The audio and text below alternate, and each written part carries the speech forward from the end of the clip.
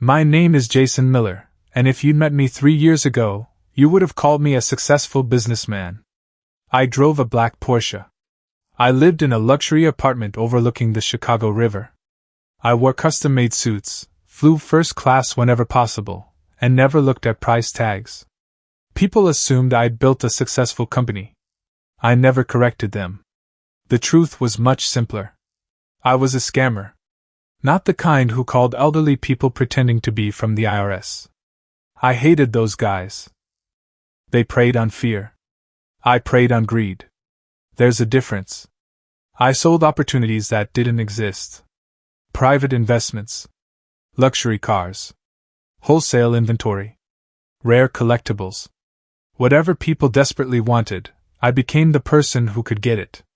The funny thing about scams is that people imagine they happen because criminals are brilliant. Most of the time, they happen because victims stop asking questions the moment they think they're about to make easy money. I learned that lesson from Kyle Mercer. We met almost 9 years earlier through a freelance website. Back then, I was 24, drowning in student loans and working temporary office jobs that barely covered rent. Every morning, I'd send out resumes. Every afternoon, I'd receive another rejection email. Kyle contacted me because he needed someone to write professional copy for several business websites. The work paid well. Too well. A few weeks later, during a video call, I asked him the question I'd been avoiding.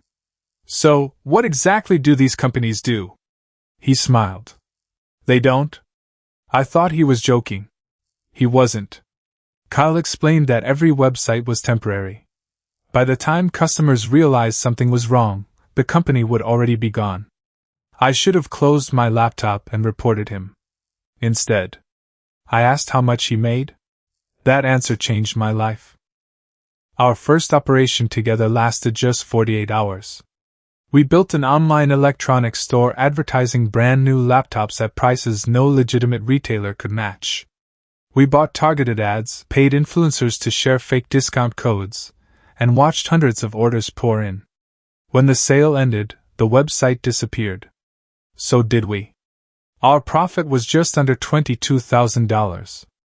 I remember sitting in my apartment that night, staring at the balance in my account. I'd never seen that much money before. I kept waiting to feel guilty. Instead, I felt relieved. For the first time since graduating college, I wasn't worried about rent. That relief became an addiction. 1 scam turned into 3. 3 became 10. Within a few years, Kyle and I stopped chasing small payouts and started targeting wealthy investors and business owners. We built fake companies that looked more professional than many real ones. We rented virtual offices, hired voice actors for customer service, created polished contracts, and even paid cybersecurity consultants to test our fake websites so they would survive scrutiny. Our rule was simple. Never pressure anyone. If someone hesitated, we walked away. People trusted us because we never sounded desperate. Ironically, the less we pushed, the more money they sent. By our 8th year, we'd stolen well over $2 million. We had offshore accounts, encrypted laptops, disposable phones, and enough fake identities to disappear whenever necessary. We believed we had planned for everything. We were wrong. One rainy Tuesday afternoon, while sorting through one of my encrypted email accounts, I noticed a message from someone named Victor Hale. The subject line read, "Private acquisition proposal, confidential." Normally, I would have deleted it without opening it. Instead, for reasons I still can't explain, I clicked. The email was surprisingly short. No exaggerated promises. No desperate sales pitch. No obvious red flags. Victor Hale introduced himself as the founder of a private investment firm in Dallas that specialized in acquiring struggling logistics companies. His firm was preparing to close a multi-million-dollar deal, but because several investors wanted complete confidentiality, he needed an independent consultant to coordinate part of the transaction. At the bottom of the email was a single sentence. "I was given your name by someone who spoke very highly of your discretion." That caught my attention. Nobody knew my real business. At least, nobody was supposed to. I forwarded the email to Kyle with one message. Find out who this guy is. Normally, Kyle could expose a fake company in less than an hour. This time, an hour became 3. 3 became 6. By midnight, he still hadn't found anything suspicious. The investment firm was registered in Texas. Its website had existed for nearly 12 years. The office address belonged to a real building in downtown Dallas. Victor Hale had been quoted in financial magazines, photographed at charity events, and listed as a guest speaker at several investment conferences. Everything looked legitimate. Kyle leaned back in his chair. I've checked every database I know. And? I can't find a single problem. That answer made me uneasy. Nothing is perfect. Every scam leaves fingerprints. Victor's didn't. The following afternoon, he suggested a video meeting. I almost declined. One of our biggest rules was never to meet potential victims face to face, or even on camera if we could avoid it. But curiosity won. At exactly 3 o'clock, the call began. Victor looked exactly the way I'd imagined. Mid-50s. Gray hair. Expensive navy suit. A calm smile that never seemed forced. Behind him was a modern office with floor-to-ceiling windows overlooking downtown Dallas. He apologized for taking my time before talking about business. That was unusual. Most wealthy people expected everyone else to work around their schedules. Victor treated me like an equal. For nearly an hour, we discussed acquisitions, corporate taxes, investment structures, and market conditions. He never rushed me, never exaggerated potential profits, and even pointed out several risks that could delay the deal. Ironically, mentioning risks made me trust him even more. When the meeting ended, he smiled. I appreciate honesty, Jason. So do I. I think we'll work well together. After the call, Kyle looked at me. What do you think? I think he's exactly who he says he is. Kyle nodded slowly. So. He didn't finish the sentence. He didn't have to. We were both thinking the same thing. If Victor controlled the kind of money he claimed to have, he could become the biggest target we'd ever seen. Over the next 4 days, we built the most convincing investment platform we'd ever created. Every document was flawless. Every contract had been reviewed by attorneys years earlier and simply adapted for this deal. Even the client portal displayed fake performance reports that looked completely authentic. It was, without question, the best scam we'd ever designed. Then something happened that neither of us expected. Victor called me. Jason, he said, before we move forward, I'd like to pay part of your consulting fee in advance. I believe good partnerships begin with trust. I frowned. That's not necessary. I insist. Less than an hour later, I logged into one of our accounts. A wire transfer had arrived. $75,000. The money had already cleared. I stared at the balance for several seconds before calling Kyle. He checked the account himself. Then he looked at me and quietly said, No victim has ever paid us before we even asked. Neither of us realized that the first move in Victor's game had already been made. For the rest of that day, neither Kyle nor I could stop talking about the transfer. $75,000. Just like that. No negotiations. No conditions. No delays. Victor had simply wired the money as if it meant nothing. Kyle leaned back in his chair and folded his arms. I've been thinking about this. So have I. If he's comfortable sending $75,000 to someone he's never met, he said, how much do you think he's willing to invest? I already knew the answer.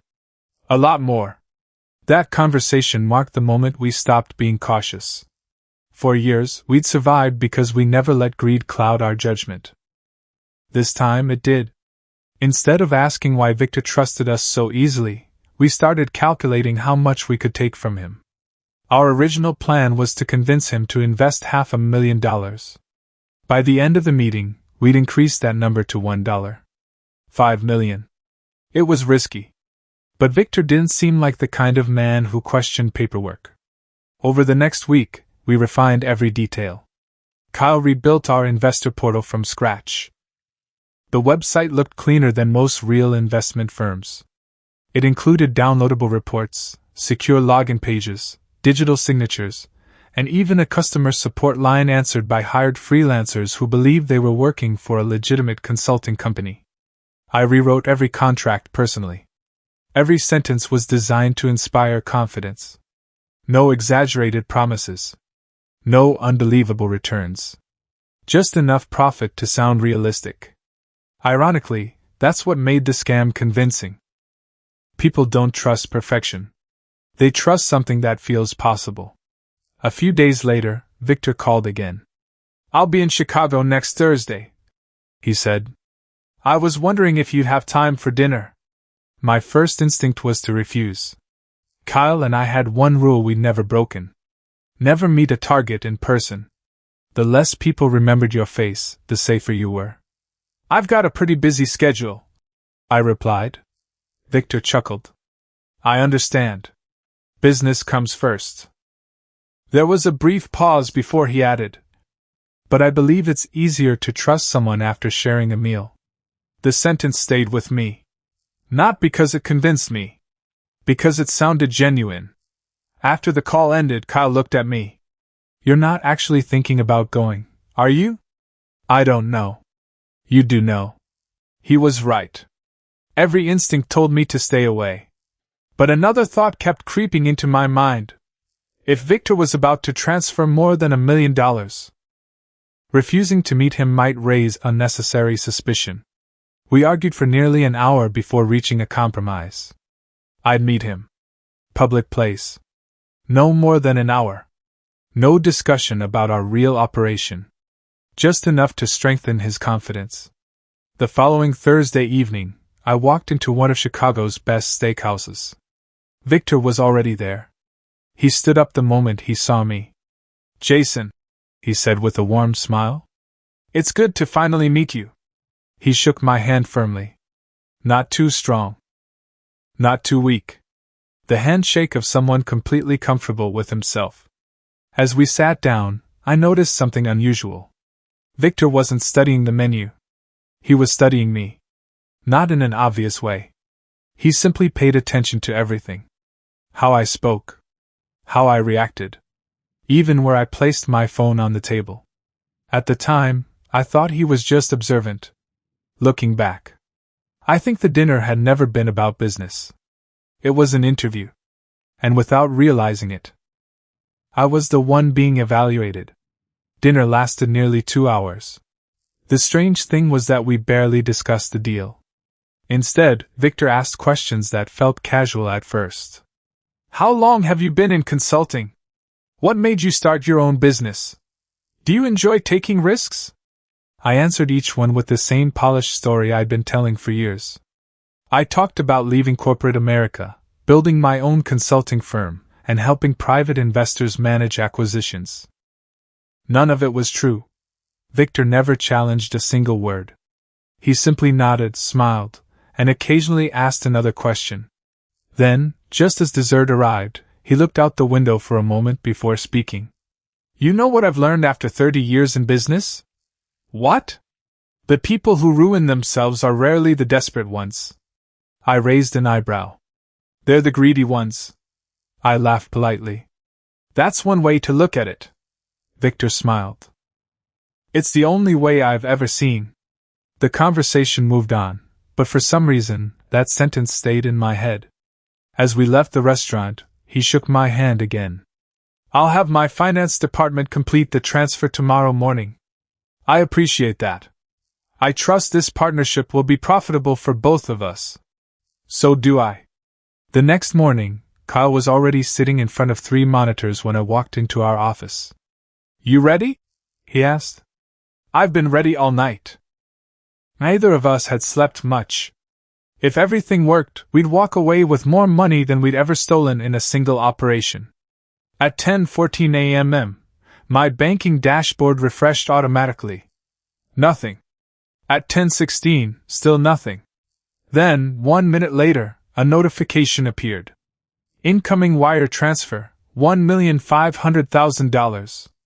For a few seconds neither of us spoke. I refreshed the page twice. The balance remained exactly the same. The money had arrived. It actually worked. Kyle whispered. We didn't celebrate. Not yet. First, we had to move the money. Kyle initiated the first transfer to one of our shell company accounts. Approved. The second transfer followed 30 seconds later. Also approved. Everything was unfolding exactly as we'd planned. I finally allowed myself to smile. We did it. Kyle leaned back in his chair. 1 more hour, and we're gone forever. Then my phone vibrated. A message from Victor. Hope the transfer arrived safely. Let me know if you experience any issues. I smiled. He had no idea what was happening. I typed a quick reply. Everything looks perfect. Thank you. Less than 10 seconds after I pressed send, Kyle's smile disappeared. Jason. His voice had changed. I looked at his monitor. The first transfer no longer said completed. It now read, under review. Before either of us could react, the second transfer changed too. Then a third notification appeared on my screen. Outgoing transaction temporarily suspended. Kyle immediately tried another account. Rejected. He tried a different bank. Rejected again. What the hell? He muttered. My phone buzzed one more time. Another message from Victor. This one was much shorter. Don't worry. This is exactly what I expected. I read Victor's message 3 times. Don't worry. This is exactly what I expected. A cold feeling settled in my stomach. What does that even mean? Kyle asked. I don't know. But I was lying. Deep down, I knew one thing for certain. Victor wasn't surprised. He knew we were trying to steal the money. Kyle immediately started typing. I'm checking the banking logs. Every transfer we'd initiated was still listed, but their statuses were changing one after another. Under review. Then. Cancelled. The first transfer disappeared. The second followed a few seconds later. Within minutes, every dollar we had tried to move was back in the original account. This can't happen, Kyle muttered. Wire transfers don't work like this. He opened another laptop and logged into one of our offshore accounts. The balance was still there. At least for a moment. Kyle refreshed the page. The number changed. Not by a few dollars. By hundreds of thousands. $418,000. He whispered. Another refresh. $271,000. What are you doing? I asked. Nothing. Another refresh. $0. 00. We both froze. No. Kyle quickly logged into a second offshore account. Empty. A third. Empty. A fourth. Empty. Nearly every dollar we'd hidden over the last 8 years had vanished. Over $2 million.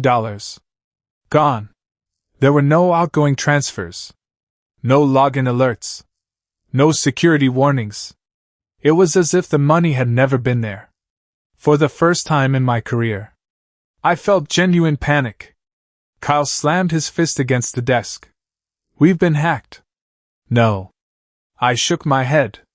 This isn't a hacker. This was planned. Before Kyle could answer, another email appeared. From Victor. There was no greeting.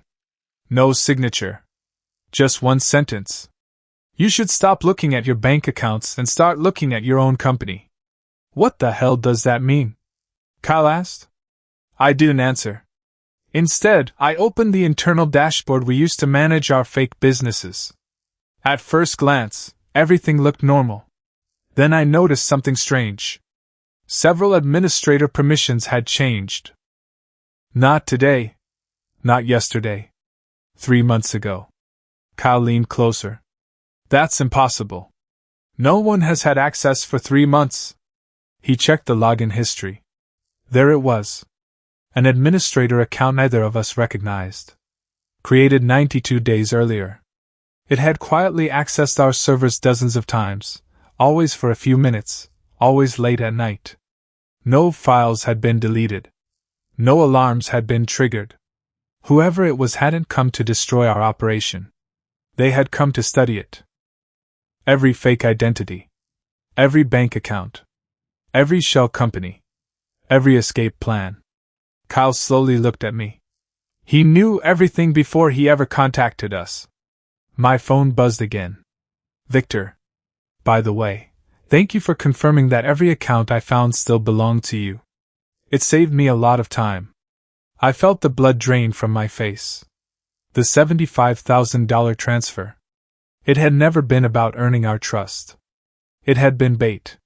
He wanted us to show him exactly where we kept everything. And we'd done it ourselves. Neither of us spoke for almost a full minute. The office, which had always felt like our safest place, suddenly felt exposed. Every monitor. Every laptop. Every encrypted drive. I looked at them differently now. Not as tools. As evidence. Kyle was the first to break the silence. We're leaving. What? We pack what we can carry, wipe the servers, and disappear tonight. Under normal circumstances, that would have been the smartest move. It had always been our emergency plan. But something stopped me. If we run now, I said, we'll never know who he is. Kyle stared at me in disbelief. Jason, he just stole everything we've built. Exactly. I don't care about him. I care about staying out of prison. I understood his point. But this wasn't about the money anymore. For the first time in my life, someone had made me feel helpless. I couldn't let it end like that. I'm finding him. Kyle let out a frustrated laugh. How? You don't even know if Victor Hale is his real name. Maybe he was right. But Victor had made one mistake. He'd met me in person. Restaurants have cameras. Hotels have records. Someone, somewhere, had seen him. Within an hour, I was back at the steakhouse where we'd had dinner. This time, I wasn't pretending it was about business. I spoke directly with the general manager. I need to identify someone I had dinner with last week. He apologized politely. I'm afraid we can't release security footage without a court order. I expected that answer.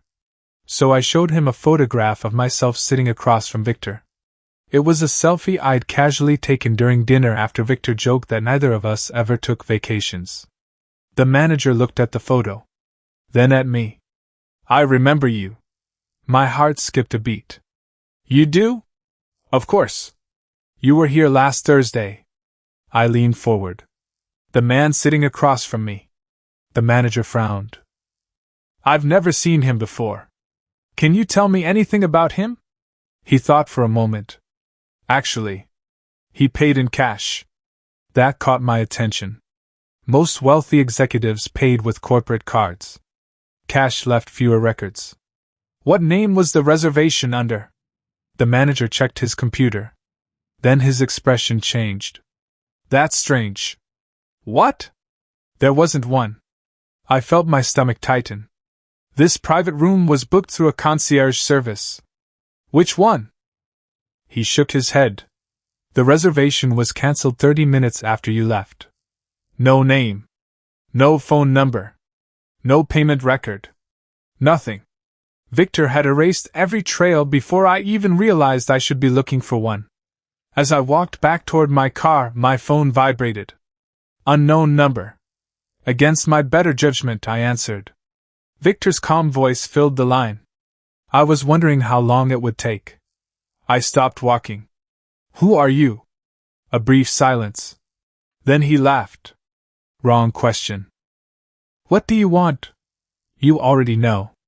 I want you to understand how it feels. My grip tightened around the phone. How it feels? There was another pause. This one longer. Then Victor spoke again. To watch everything you've built disappear. Because you trusted the wrong person. The line went dead. For the first time since this nightmare began, I realized Victor hadn't chosen me because I was easy to fool. He had chosen me because he knew exactly who I was. I couldn't stop thinking about Victor's last words. Because he knew exactly who I was. That wasn't something you said after a random scam. It sounded personal. Very personal. When I got back to the office, Kyle had already packed most of our equipment into 2 large cases. "We're leaving in an hour," he said without looking up. "I'm not." He slammed the lid shut. "Jason, are you listening to yourself? We've lost the money. Whoever this guy is, he has access to everything. We need to disappear." I shook my head. "No." Kyle stared at me for a few seconds before letting out a long sigh. "I knew this would happen someday." "What do you mean?" "I knew one day you'd stop thinking like a scammer, and start thinking like someone who needed revenge." He wasn't wrong. This wasn't about the money anymore. It was about pride. That night I went through every file we'd ever kept on previous victims. We had a strict rule: after every operation, we deleted anything that could identify them. But Kyle had secretly archived a few major cases. Just in case. There were only 12 files left. I opened them one by one. Most were exactly what I remembered. Then I found a folder from 4 years earlier. A small family-owned transportation company in Missouri. We had posed as private investors, convinced the owner to pay a large acquisition deposit, and disappeared with almost $400,000. I barely remembered it. The owner's name caught my eye. Daniel Hale. My pulse quickened. Hale. I searched the file again. The company had gone bankrupt less than 6 months later. According to a local newspaper clipping, Daniel had lost everything. His employees lost their jobs, and the business his family had built over 30 years was gone. I kept reading. One paragraph stopped me cold. Daniel Hale died of a heart attack less than a year after the company closed. I slowly leaned back in my chair. Victor Hale. The same last name. It couldn't be a coincidence. Before I could tell Kyle, someone knocked on the office door. 3 firm knocks. We looked at each other. No one knew this office existed. Kyle quietly picked up the emergency bag containing our fake passports. I walked to the door and looked through the peephole. 2 men in dark suits. 1 woman wearing an FBI windbreaker. My heart sank. "Federal Bureau of Investigation," one of the agents called out. "We have a warrant to search these premises." Kyle whispered. "We can still use the back exit." I looked toward the hallway leading to the emergency stairs. Then back at the door. For years, running had always worked. This time, I knew it wouldn't. Because before the agents knocked, my phone had buzzed one last time. It was a message from Victor.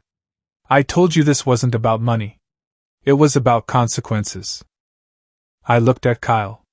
He was already reaching for the emergency bag.